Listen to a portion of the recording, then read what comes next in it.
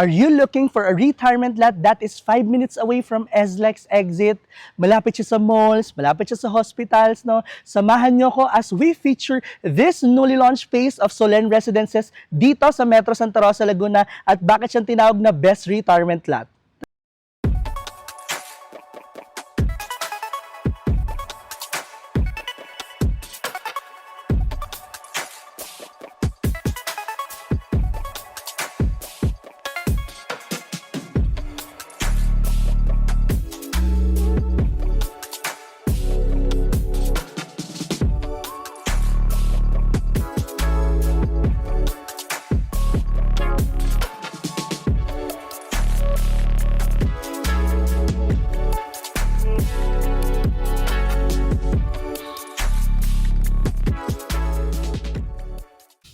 Guys, kung last time nag-start tayo sa may Eton exit, SLEX, no? This time, guys, magbabaybay tayo para mapakita ko yung development in the area, no? So, makikita natin dito yung Santa Rosa exit and right niyan, no, is yung planta ng Coca-Cola. So, yan, babaybayin natin papuntang Solen Residences para mapakita sa inyo, guys, kung gaano ka-booming yung Santa Rosa, guys. From here pa lang, dito pa lang sa area, bago yung pinaka-development, no. So, dito sa side na to is makikita natin yung Toyota na Santa Rosa, guys. Then, itong side na to, katapat lang niya, yung planta ng Coca-Cola.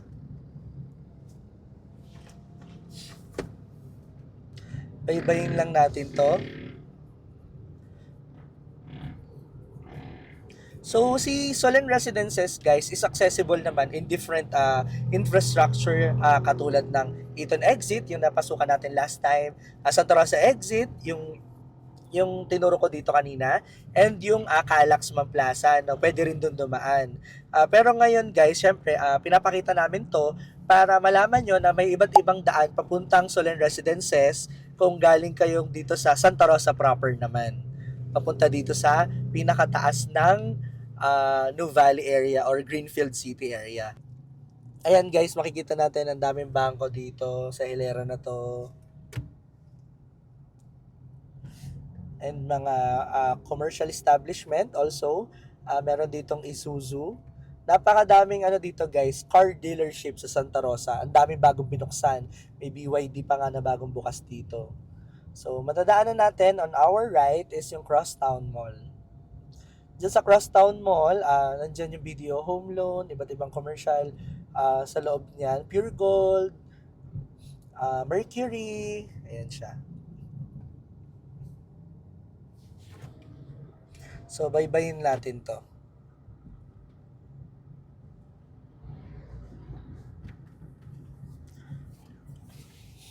Pinapakita namin sa inyo to, guys, yung mga commercial establishment also, no, kasi syempre ino-offer namin si Solen Residences sa mga retiree o yung mga mag-retire from ibang bansa, and lagi nilang tanong kung si Solen Residences daw ba ay malapit sa mga commercial establishments, makakabili ba sila sa talipapa pag gusto nila, or makakapag-shopping ba sila since si Solen Residences or si Greenfield is may mga development din sa sa Greenfield City na mga open spaces or mga commercial establishment kagaya ni Paseo. So nadaanan natin, guys, is yung Toyota.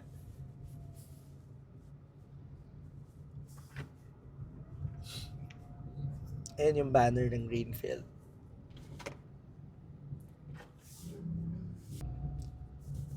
So yung binabaybay natin is still Santa Rosa, Tagaytay Road, and grabe, guys, sobrang booming nung nito, kaliwat kanan yung commercial development in this area. So sumasabay din po ito sa pag-appreciate ng property, and also, guys, andito din po yung warehouse ng DHL. Yan, katapat lang siya mismo ng El Cielito Hotel. And guys, nandito rin po yung data center, largest data center dito sa Laguna, dito sa right side. Halos katapatan lang din ng warehouse ng DHL. Bagong bukas lang din yun dito, guys. Ayan, guys, yung largest data center.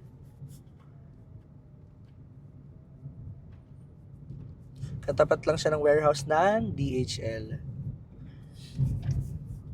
After naman ng ng mga commercial establishment na to, no, malalaman mo talaga na dito sa Santa Rosa, napakadaming subdivision or residential kasi napakadaming depot guys, halos katapatan po talaga.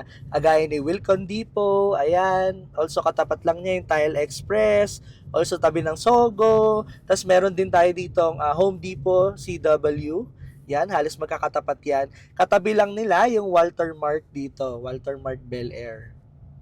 Meron din dito guys, bagong bukas na depot, katabi ng Coffee Bites, madadaanan natin si Jalcon Depot.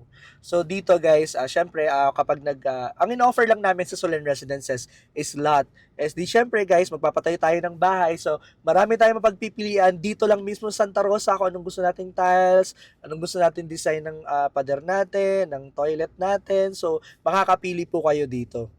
Bel Air po. So Bel Air 1, 2, and 3, and 4. No, nandyan siya sa unahan. So, yung Bel Air, isa yun sa kauna-unahang development dito sa area. So, yung mga nag-migrate papuntang from Manila or mga retiree or mga OFW kababayan natin is also nakabili din dito sa Bel Air na to. So, yung karamihan dito guys, mostly our clients from Bel Air sila, no, nagda-divert sila into Greenfield, Solen Residences, kasi syempre, nakakabili sila or nakakapag-invest sila ng property doon ng nag-appreciate yung value niya over the time. Kasi syempre guys, si Greenfield City, yung halos neighboring development niya, no, also it can affect, especially dun sa Nuvali. Kapag nag-price increase si Nuvali, yung mga katabing development niya also magpa-price increase din po. So, ganun siya kaganda, and yung development is magkakapit bahay lang. So, pwede kang mamasyal sa development ni Cathay Land, South Forbes, pwede kang mamasyal sa development ni Eaton Properties, which is Eaton Square, and pwede ka mamasyal sa development ni Ayala, which is Nuvali, and pwede ka makapag-ikot sa Greenfield City kapag nandun ka na or doon ka na nag-retire sa Greenfield City kasi napakadaming development also. Meron ding mga hospitals na malapit, the Medical City, meron ding commercial establishment kagaya ni Paseo Outlets, meron ding school na itatayo malapit sa Greenfield City guys, UST Santa Rosa Campus, and hindi pa nakatayo na siya actually pero hindi pa siya nag-ooperate. So ito guys, ito yung sinasabi ko kanina na Jalcon Depot, ayan, napakalaki. So nakapasok na ako diyan guys, nakapagtingin na din tayo ng tiles, no. Kaya meron akong idea kasi sometimes yung mga client tinutulungan namin sila mag-decide dun sa ano nila, dun sa napipili nilang tiles, or meron na silang idea, so tinitingnan din namin sa mga depot. So para may idea din sila. So guys, ito yung sinasabi ko kanina na unang residential development, itong Laguna Bel Air, pinakauna dito sa area, no. Maladaanan natin din siya dito kapag nagbaybay tayo. So ito kasi binaybay natin guys, kapag ka nag-exit tayo ng Santa Rosa dito. Pero kapag pupunta tayo ng Santa Rosa proper, pwede rin natin doon daanan. Pero ang tawag dito sa kalsada na to is Santa Rosa Tagaytay Road. Pinaka ano dito guys, actually sa Santa Rosa Tagaytay Road dati super traffic dito, as in, lalo na ngayon. Nagsushoot kami ngayon guys sa December 23 ng Monday. So medyo holiday rush na din to ngayon. And karamihan dito guys dati is super traffic. Pero nung nagkaroon ng nagkaroon ng infrastructure gaya ng Calax, yung iba dito guys is hindi na dumadaan kapag pupuntang Tagaytay dahil may Calax na. So yung Calax guys, magkakaroon pa yun ng iba't ibang interchange para maklear din yung traffic doon papunta or mga pupunta or mga dadayo sa Tagaytay kasi nga game changer talaga yung Calax guys. So kagaya ngayon, actually ine-expect ko na medyo traffic dito sa lugar kasi nga syempre all over the years na dumadaan kami dito is medyo traffic talaga. Pero dahil nga nagkaroon na ng ibang development infrastructure sa Calax, medyo maganda na po yung kalsada natin or yung daloy ng traffic dito. So nagkakaroon lang minsan ng delay, traffic kasi nga may mga stoplight po. Babaybayin ulit natin to after nung Laguna Bel Air. And makikita natin or unang madadaanan din natin na isa sa development ni Greenfield is yung Laguna Central. So sa Laguna Central guys, doon located yung showroom natin sa Zadia. So ito guys, madadaanan din pala natin yung sa Honda Car Santa Rosa. Yan. Kagaya na sabi ko kanina, iba't ibang car dealership ang madadaanan natin dito sa area na to.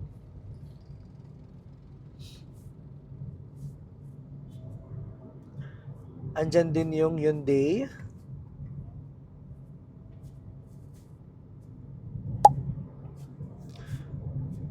Dami ding mga bilihan dito ng pintura. Kasi nga, sobrang daming residential dito and commercial sa area. So, yung demand, guys, ng mga materyales, di ba? So, binabaybay natin ito, Greenfield, ano na to, guys, development. Kita mo, puro greenery na, oh.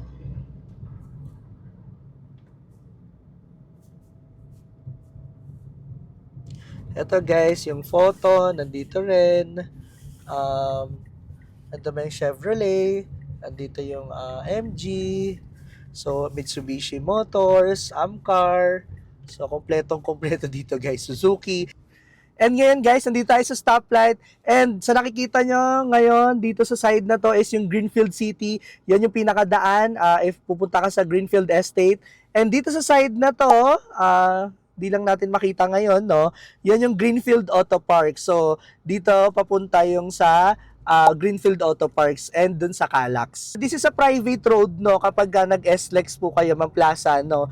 Then dito naman, guys, is yung papasok sa Greenfield Estate. So Master Planned Estate of Greenfield City. So yan, no, pagpasok natin, guys, kita natin, no, sobrang daming greenery talaga. May mga guards dito.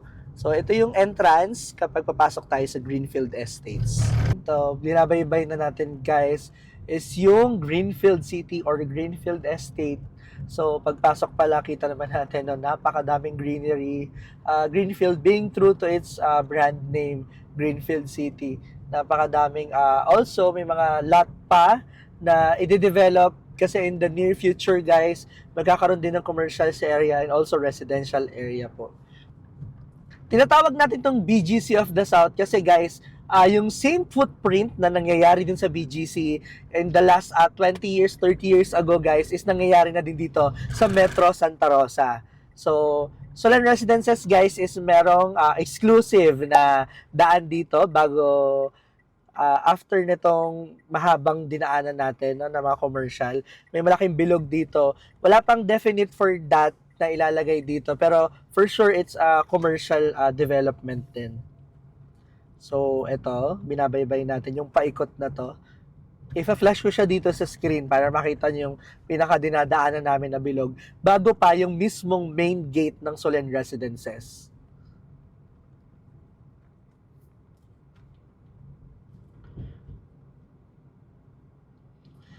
Yan.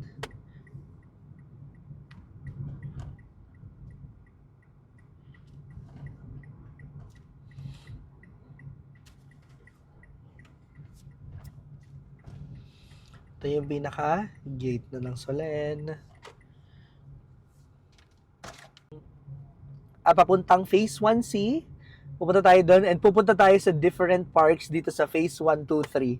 So, dito mainly, guys, itong video na to, i-focus natin yung newly launched project or newly launched phase po ni Solen Residences, which is ang Phase 1C. So, nandito na tayo. So, tara.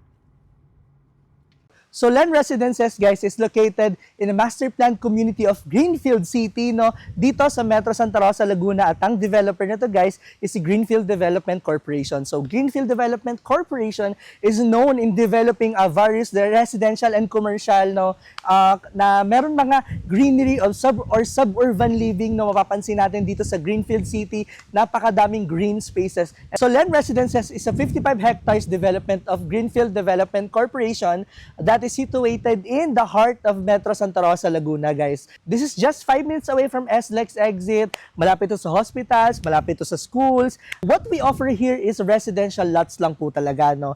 Pero nasa likod ko, guys, yung mga model houses na pwede nyong paggayahan depending on the lot size po na available dito. Pero, guys, dito sa phases 1, 2, 3, ubos na po yung mga lots natin na ino-offer dito kasi meron po tayong bagong extension na i-release, which is ang Phase 1C extension po. So, dun sa Phase 1C, guys, i-discuss natin mamaya, no, yung different lots, pupuntahan natin isa-isa, and also the payment terms, pati yung bago natin na model house na pwede natin paggayahan once we invest Solen Phase 1C.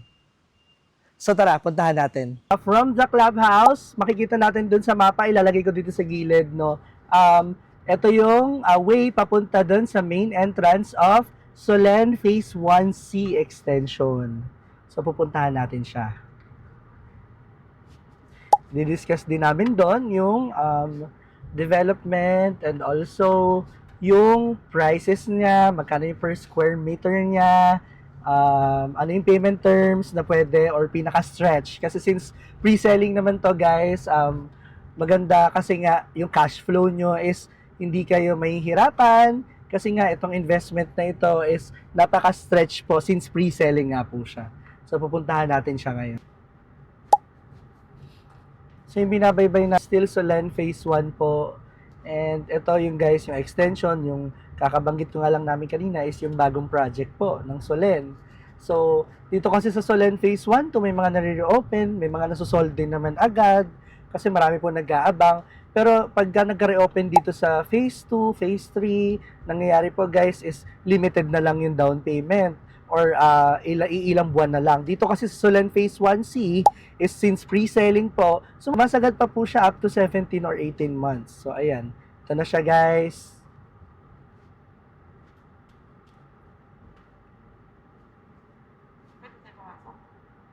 Papasok kami doon guys para makita nyo. So dito na tayo.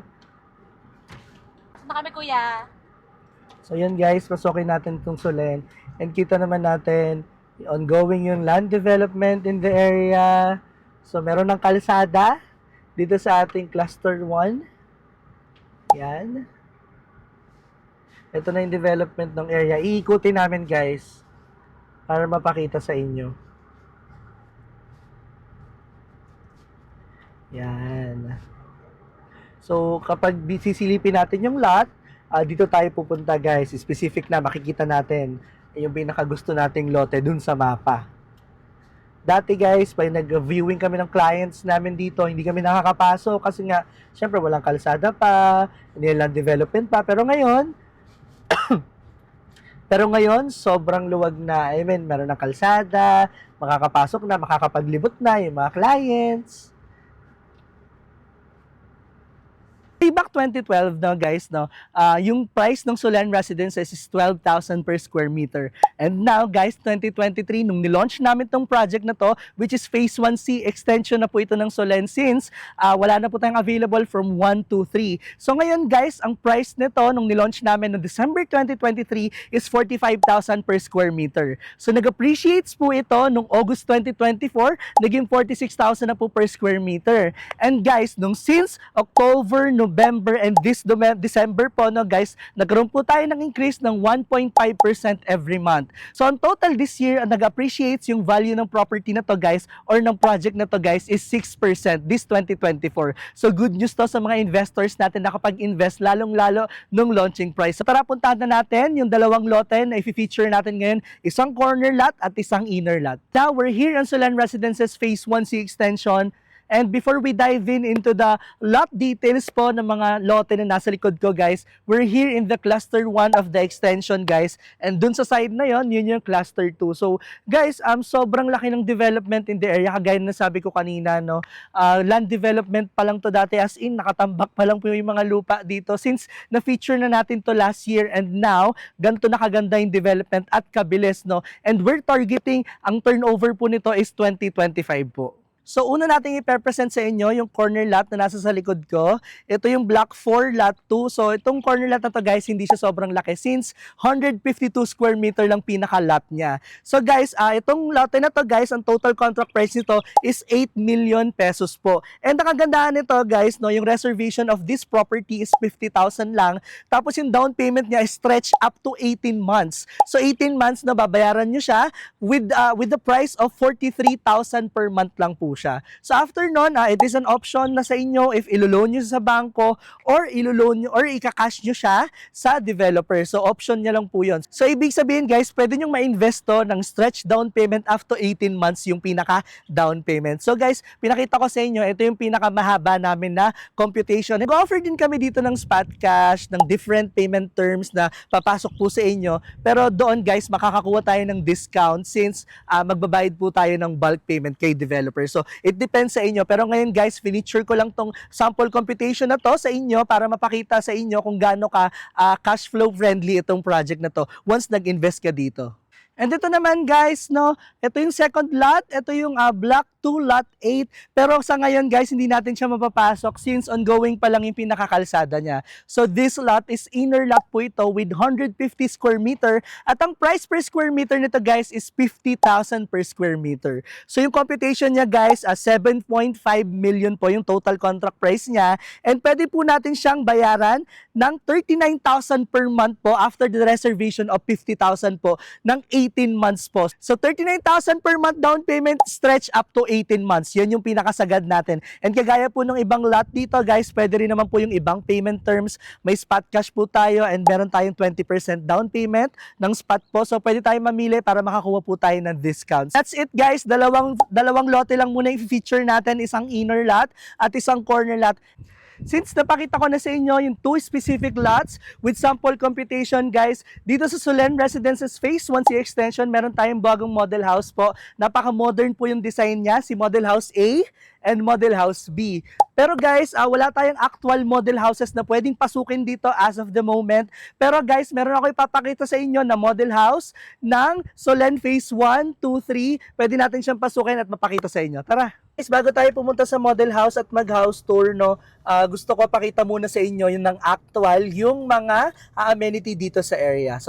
So guys, isa tong park na to na mako-consider natin kapag dito na tayo nakatira sa Solen Residences kasi meron tayong napakalaking playgrounds and park, and also meron din tayong tennis court doon na pwede din mag-badminton and play around with your family every weekend. Hindi mo na kailangan lumabas pa just to enjoy kasi dito mismo sa loob ng subdivision nyo is meron ng ganitong klaseng development. So tara, puntahan naman natin yung clubhouse kung saan nandun yung infinity pool natin. And now we're here in our clubhouse po. This is located guys kapag kapasok lang natin sa main gate ng Solen Residences po. And nasa likod ko guys is yung infinity pool natin at ang function room natin or function hall natin that can accommodate 200 persons po. Guys, this is just a bonus, no? Since wala akong mapakita sa inyo na actual model house ng amin Phase 1C yung bago.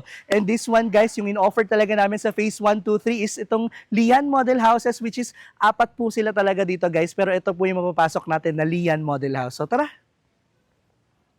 Sa pagpasok natin, guys, sasalubong sa atin isang space for the dining area.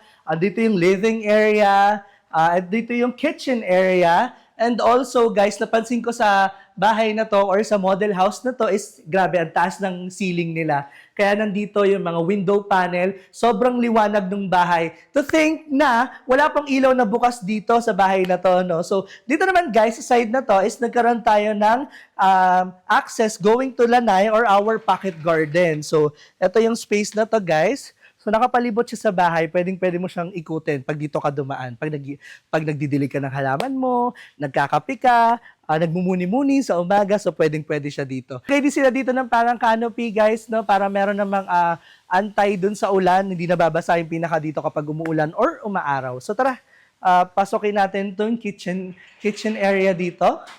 So, dito sa kitchen area nila is very minimal lang din yung itsura, no guys. Dito yung pinaka-gas range nila.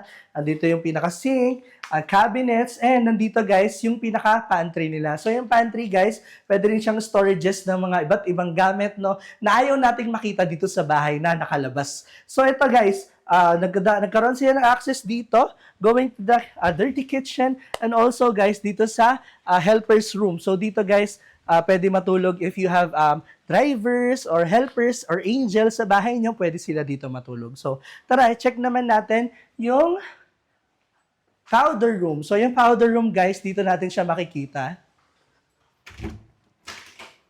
Yan. So, yung powder room, nakakatuwa, no? Kasi medyo hindi siya elevated. So, medyo bababa ka pa ng konti, no? And, guys, signan natin yung second floor. Tara. So here on our second level, no, sasalubong sa atin guys is yung mga window panel natin. Since this is modern Asian concept, alam natin na napakadaming direct sunlight po na pumapasok dito sa bahay. Yun po yung pinaka-concept natin.